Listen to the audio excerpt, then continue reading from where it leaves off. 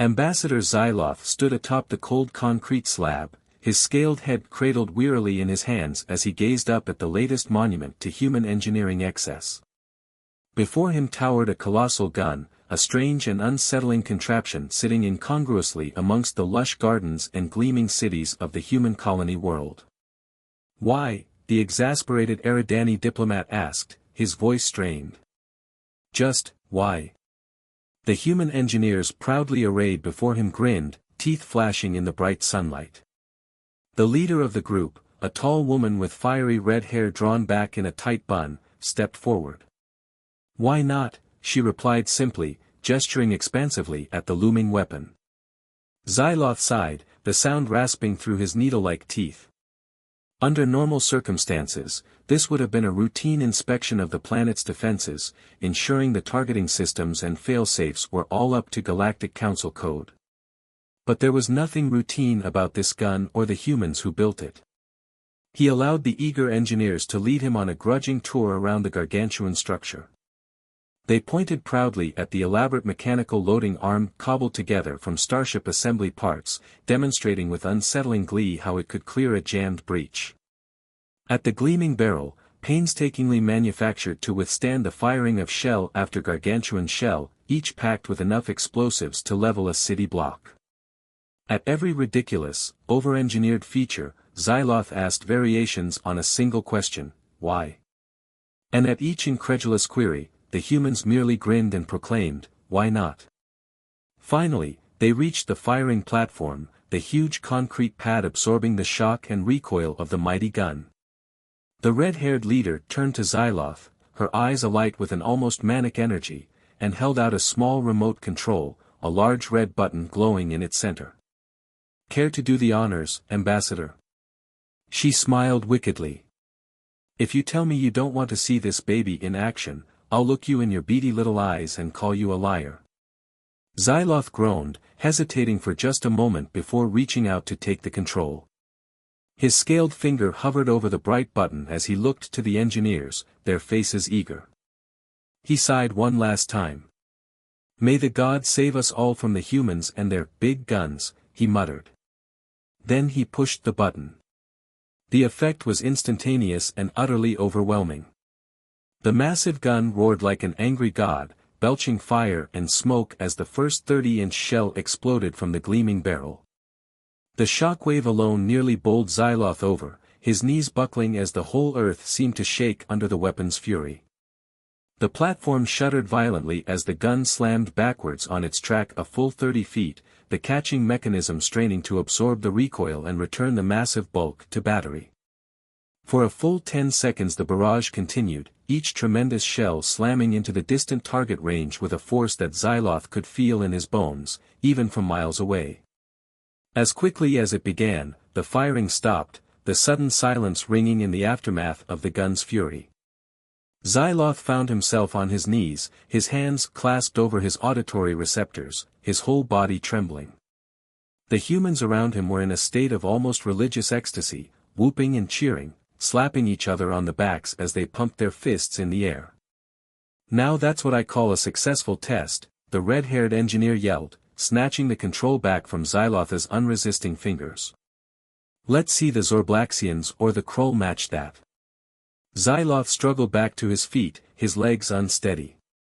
He opened his mouth to say something, but no words came out, his mind too stunned to form a coherent response. The humans didn't seem to notice, already moving to reload the massive gun for another demonstration. The ambassador could only watch in a state of numb disbelief bordering on existential dread. Humanity had only been part of the Galactic Council for a few short decades, but in that time they had proven themselves to be some of the most brilliant but also most reckless and unpredictable members. Their boundless ingenuity and creativity were matched only by their seeming disregard for basic safety considerations and their fondness for preposterously oversized weaponry. Already, just in his time as the Council's liaison to the Terran systems, Zyloth had witnessed them construct not one, but 3 different giant guns, each more ridiculous than the last. This latest monstrosity though, it went beyond anything they'd built before. As Zyloth watched the gargantuan breach snap shut over another city-leveling shell, he found himself genuinely questioning the very future of the galaxy. How could the delicate balance of the cosmos hope to survive contact with these maddeningly brilliant apes and their fondness for titanic armaments? Those worries would have to wait though. The humans were already eagerly motioning for him to resume his position at the firing control. With a sense of grim resignation bordering on gallows humor, Zyloth straightened his tunic, muttered a quiet prayer to gods he was no longer sure existed, and prepared himself for another bone-shaking, eardrum-shattering display of human ingenuity in overkill. Just another day as the ambassador to Earth. May the gods help them all. In the aftermath of the latest giant gun demonstration, Ambassador Zyloth found himself in the office of the human admiral in charge of the Terran colony's defenses.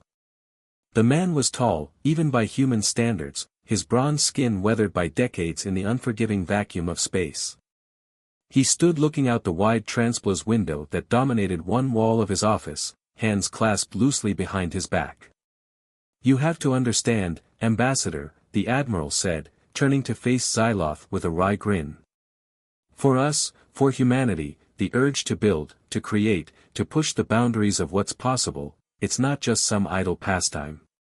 It's who we are, deep down in our core." Zyloth sighed, settling himself into one of the plush chairs that faced the admiral's desk. "I do understand that, Admiral. Truly. The Galactic Council values humanity's drive and vision, the inventiveness your species brings."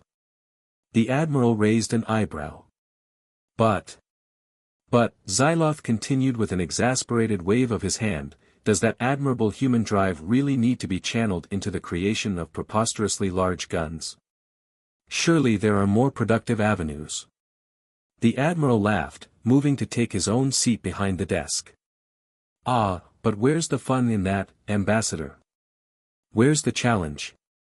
To take the absolute bleeding edge of technological innovation and apply it to the task of building something that by all rights ought to be completely impossible." He shook his head. "It's irresistible." Zyloth drew his lips back from his needle teeth in the Eridani approximation of a grimace. "The fun. Yes. I'm sure that will be a great comfort when one of your monstrous toys accidentally depressurizes a habitat dome or knocks a ship out of orbit." "Occupational hazard," the admiral replied with a shrug, waving away the ambassador's concerns. "Call it the price of progress. The council races have managed to progress just fine without needing to field artillery that can crack a moon in half," Zyloth retorted. "And look at all the amazing innovations that caution has brought you," the admiral said, his voice dripping with sarcasm. "The pinnacle of Eridani engineering is what, a slightly more efficient FTL drive? Forgive me if I don't swoon with admiration." Zyloth bristled, his spines flexing in irritation. "We prioritize the safety and stability of the galaxy over flash and spectacle. The Council has maintained peace for millennia by hiding behind that much vaunted stability of yours," the admiral interrupted, voice suddenly cold. "By staying in the same comfortable groove for centuries, never pushing, never trying for anything more, while the galaxy stagnates." He stood abruptly, moving to loom over the ambassador, dark eyes flashing. "Did you even listen during that briefing earlier? Did you see the potential applications for the technologies involved in constructing that gun? The material sciences breakthroughs, the sheer power generation and field manipulation abilities required?" The admiral gestured sharply in the direction of the proving grounds. "If we can build a cannon that size, envision the megastructure projects we could undertake. Orbital elevators, shipyards, hell maybe even Dyson swarms. The only limit is our ability to dream big enough." He turned back to Zyloth, voice quivering with the force of his conviction. "We can't do that by staying in our lane, by adhering to the Galactic Council's ever so enlightened policies of moderation in all things. The universe belongs to the bold, Ambassador. To those with the vision and the steel to chase the impossible. That's what those guns represent. Not just human military strength, but the strength of our resolve to keep pushing further." For a long moment the two of them just stared at each other, the human admiral breathing hard from his rant, Zyloth blinking rapidly in shock. Then the Eridani raised his scaled hands in a placating gesture. "I hear you, Admiral," he said, voice calm and even. "I truly do. And the Council is not blind to humanity's potential, to your ability to innovate and advance at an unprecedented pace. It's why we value your membership and your contributions so highly." Zyloth stood, drawing himself up to his full height, still a head shorter than the looming human. But that advancement cannot come at the cost of the stability and safety of the galaxy as a whole. The Council's role is to balance the needs and desires of all races, to ensure that one species' progress doesn't come at the detriment of countless others. The Admiral looked ready to argue further, but Zyloth held up a hand to forestall him. "I'm not saying you have to stop being human, stop reaching for the stars however you can. But can you at least try to point those oversized guns of yours away from settled worlds?" He offered a sharply toothy grin. "Build a bigger black hole cannon if you must. Just aim it at the great void for Thar's sake." The human stared at him for a moment, then let out a rueful chuckle, shaking his head. "No promises, Ambassador. But I'll pass your request along to the engineering corps." "I suppose that's all I can ask," Zyloth replied with a sigh, moving towards the door. "Until the next borderline apocalyptic weapons test then, Admiral." "I look forward to your complaints," the human called after him, laughter in his voice. "They're always so colorfully phrased." The door slid shut on the Admiral's mirth and Zyloth trudged away down the corridor, his heart's heavy. It wasn't enough, he knew. A request, however plainly worded, would not curtail humanity's reckless pursuit of ever bigger, ever more devastating tools of destruction. But perhaps, with luck and the grace of the gods, he could at least nudge them towards pointing the damn things away from anything important before they pulled the trigger. It was a start. And when you were dealing with humans and their giant guns, you learned to appreciate even the smallest of victories. Ambassador Zyloth had hoped, perhaps naively, that his frank discussion with the human admiral would lead to some modicum of restraint in humanity's ceaseless pursuit of ever larger, ever more devastating weaponry. He really should have known better. Barely a month had passed before he found himself once again standing in the shadow of a monstrous gun, this one even more preposterously proportioned than the last. The barrel alone was longer than some council frigates, a gleaming cylinder of advanced composites and exotic alloys pointing accusingly at the stars. "Impressive, isn't it?" a now familiar voice called out. Zyloth turned to see the red-haired chief engineer from his previous inspection, striding across the ferrocrete pad, a familiar manic grin stretched across her face. "I call her Vera." "You named the apocalyptic abomination Vera." Zyloth muttered, shaking his head. "Of course you did." The engineer beamed, coming to a stop beside the wary ambassador and patting the flank of the massive gun with a proprietary hand. "Ain't she a beaut? 3,000 tons of whoopass ready to reach out and touch someone at a significant fraction of light speed." She turned to Zyloth, her grin sharpening. "Want to see what she can do?" Zyloth sighed, knowing from grim experience that his input was irrelevant. The humans would demonstrate their newest toy one way or another. Best to get it over with on something approaching his terms. "I don't suppose there's an uninhabited system nearby we could touch instead of a populated world," he asked without much hope. To his surprise, the engineer actually paused, a contemplative look crossing her face. Closest red line system is GL 1178. About 42 light-years spinward. Bit of a haul, but the gravwave sensors we installed last month could probably pick up Vera's love tap from here. She turned back to Zyloth, her grin returning twice as wide. "GL 1178 work for you, Ambassador?" Zyloth blinked, momentarily speechless. A human, actually taking one of his suggestions. Mark the calendar, it was a fragging miracle. He recovered quickly, answering with as much diplomatic grace as he could muster. Yes, GL 1178 will do nicely. Thank you for your consideration, Chief Engineer. Amanda Halsley, the woman replied, thrusting out a hand. Chief Mad Scientist, Orbital Ridiculously Oversized Guns Division. Zyloth took her hand gingerly, still half expecting it to be some kind of joke. Humans shook hands, right? He'd seen them do it. The engineer just grinned at him and pumped his arm a few times before releasing him and turning back to her monstrosity. GL 1178 it is then. She called out to her crew who were already scrambling around the gun's massive housing like ants in a hill. Target coordinates locked. Capacitors to full charge. Plasma injectors primed. Let's light this candle. She turned back to Zyloth as the crew scurried to follow her barked commands. Might want to cover your ears. She mimed putting her hands over the sides of her head, that damned grin never faltering. The arrival of the human warship sent shockwaves through the gathered council fleet. Its very presence seemed to warp reality around it, the sleek behemoth dwarfing even the largest Eridani dreadnoughts. On the bridge of his flagship, Fleet Admiral Kyra Fal stared in open-mandibled shock at the viewscreen, his compound eyes wide.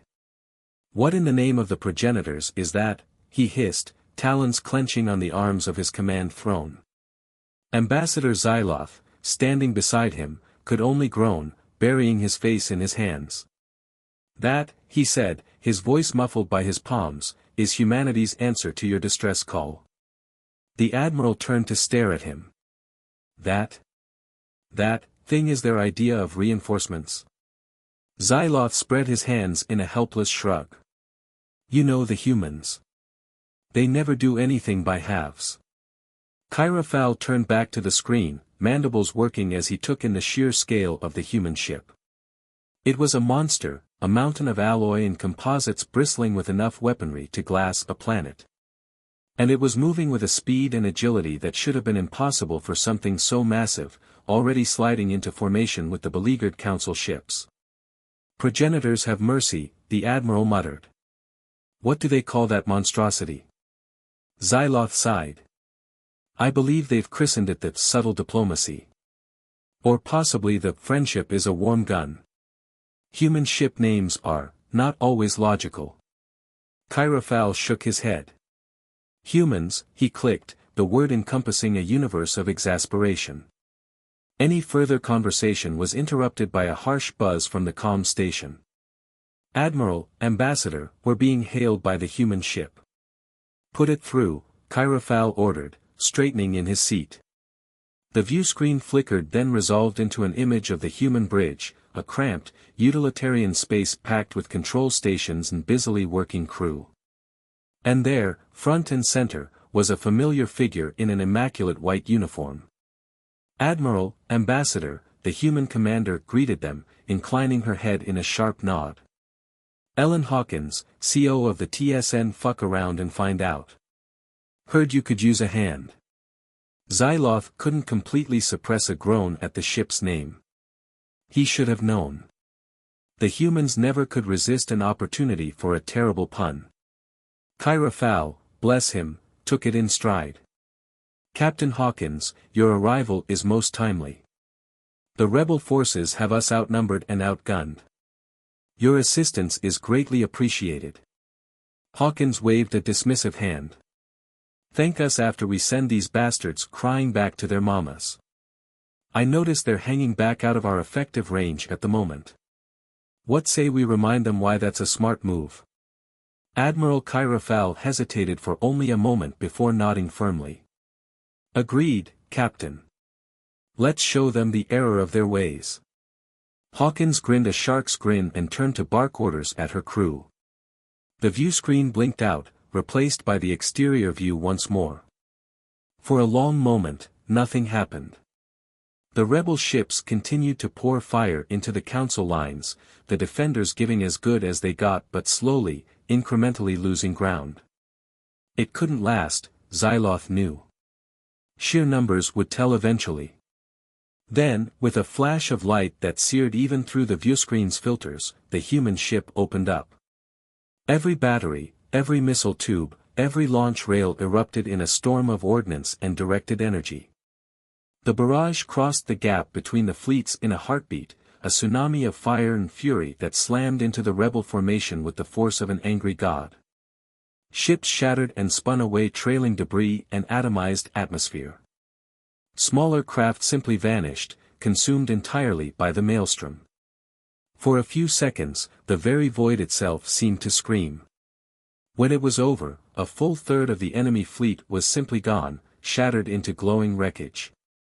The rest were in full retreat, scattering into the void like startled insects. A ragged cheer went up from the Eridani bridge crew, quickly spreading to the other council ships as the realization sank in. They had won. Against all odds and expectations, they had won. And it was all thanks to the humans and their oversized, overpowered, absolutely ridiculous weaponry. Zyloth found himself torn between profound relief and an overwhelming sense of existential dread. The universe, it seemed, had a new apex predator. And it built its guns on a scale that sanity and reason had never dreamed of. In the aftermath, as the council ships began the grim work of search and rescue, salvaging what they could from the shattered hulks of their foes, Zyloth found himself once again facing Admiral Hawkins on the viewscreen. "Ambassador," she greeted him, her smile just a touch too toothy for comfort. "Bet you're glad we turned up when we did, eh?" Zyloth sighed, rubbing his temples. "Your assistance was invaluable, Admiral. The Council thanks you." Hawkins' grin widened. "Thank us? Hell, you should be paying us. That little fracas barely even taxed the really big gun. We didn't even get to break out the planet cracker rounds." The ambassador felt a chill run down his spine. The what rounds?" But Hawkins was already laughing, shaking her head. "Never mind, Ambassador. Just a little human joke." Her eyes glinted. "This time." The screen went dark and Zyloth slumped back in his seat, suddenly feeling every one of his 207 years. The humans were going to be the death of him. Or possibly the death of everything, if they kept building ever bigger guns. But that, as the human saying went, was a problem for another day. For now, he had a report to write and a council to reassure. And perhaps a stiff drink or 10 to throw back while he was at it. Dealings with humanity always seemed to end that way. At least they were on his side. For now. In the weeks following the Battle of Gliese 667, the Galactic Council found itself grappling with a new and terrifying reality. Humanity, the upstart primates from the galactic rim, had shattered the comfortable status quo with a barrage from guns the size of small moons. The delicate balance of power that had held sway for millennia was suddenly in flux, and everyone was scrambling to adjust. For Ambassador Zyloth, this meant an endless parade of meetings, briefings, and tension-fraught negotiation sessions. Every council race wanted reassurances, concessions, or outright military aid to counter the perceived human threat. And every faction within humanity itself seemed determined to push for even greater leeway and autonomy, riding high on their victory. It was enough to make him long for the days when his biggest problem was persuading some mad human engineer to maybe aim their latest doomsday device away from inhabited worlds. In a rare moment of respite between shouting matches thinly disguised as diplomatic functions, Zyloth found himself in the human sector, staring out the Transplas viewing port of a nondescript station in geosynchronous orbit above Earth. The humans called it Watchtower, a grandiose name for little more than a rest stop and refueling depot. But it offered an unparalleled view of humanity's home world, the birthplace of the species that was currently causing Zyloth no end of stress-induced molting. "Beautiful, isn't it?" a familiar voice said from behind him. Zyloth turned to see Admiral Ellen Hawkins floating towards him, a bulb of some vile human concoction clutched in one hand. "I never get tired of this view." Zyloth turned back to the port, considering. Earth hung below them, a blue-green marble swathed in cotton-wisp clouds. It looked peaceful. Serene. Utterly unlike its all-too-tumultuous children. "It is a lovely world," he admitted. It's just a shame about the inhabitants. Hawkins laughed, coming to a stop beside him and taking a swig from her bulb. Ah, we're not so bad once you get to know us. A bit rowdy maybe, a bit too fond of things that go boom, but our hearts are in the right place. Zyloth gave her a sidelong look. Do you know how many council representatives have approached me just in the last week, demanding that humanity be restricted, contained, or outright disarmed for the safety of the galaxy? Your little stunt at Glee's has everyone in a panic. The Admiral shrugged. Not our fault the Horvat decided to get uppity. What were we supposed to do, just sit back and let them roll over half the sector? Most races wouldn't consider the deployment of a moon-sized railgun to be a proportional response to border skirmishes, Zyloth pointed out dryly. Hawkins waved a dismissive hand. Hey, we did warn them what would happen if they didn't sit down and shut up. It's not our problem if they didn't take it seriously. She took another swig, then turned to face Zyloth fully, her expression serious. Look, Ambassador, I get it. We're the new kids on the block, and we're not playing by the old rules. That's scary for a lot of folks. But we're not out to conquer the galaxy, no matter what some of your colleagues might think. Zyloth sighed, feeling the weight of his position settling on his shoulders like a lead mantle. I know that, Admiral. Or at least, I hope I do. But you have to understand the position you're putting the Council in. If we're seen as being too lenient with humanity, too tolerant of your excesses, we risk losing all credibility. There has to be some give and take. Hawkins was silent for a long moment, her gaze distant. When she spoke again, her voice was quiet but firm. We're not looking to be the galaxy's police force. But we're not going to sit back and let ourselves or our allies be pushed around either. The Horvat learned that the hard way. If the Council wants to maintain stability, maybe it should be looking at why these conflicts keep cropping up in the first place, instead of just trying to slap us down when we respond. Zyloth opened his mouth to argue, then closed it again. As much as he hated to admit it, she had a point. The Horvat incursion hadn't occurred in a vacuum. Long simmering tensions, unaddressed grievances, the Council's own uneven hand in mediating disputes, all had played a role in the current crisis. Perhaps it was time for a change in approach. He turned back to the viewport, staring down at the deceptively peaceful blue world below. I suppose I have my work cut out for me then. Someone has to convince the galaxy that working with humanity is safer than being on the wrong end of your very, very big guns. Hawkins chuckled, raising her bulb in a mock toast. I'll drink to that, Ambassador. And hey, if you ever need a little extra persuasion, just let us know. I'm sure we can arrange a little demonstration of our diplomacy for any particularly stubborn holdouts. Zyloth shuddered. Please don't. I have enough nightmares as it is. But even as he said it, he felt a faint smile tugging at the corners of his lipless mouth. Reckless, unrestrained, and utterly mad they might be, but there was something oddly endearing about humans. If only they could learn to point their oversized enthusiasm in less exterminatory directions. Ah well. One apocalyptic crisis at a time. For now, he had a peace to broker and a galaxy to convince. Just another day in the life of the Council's ambassador to the most terrifyingly trigger-happy species in the known universe.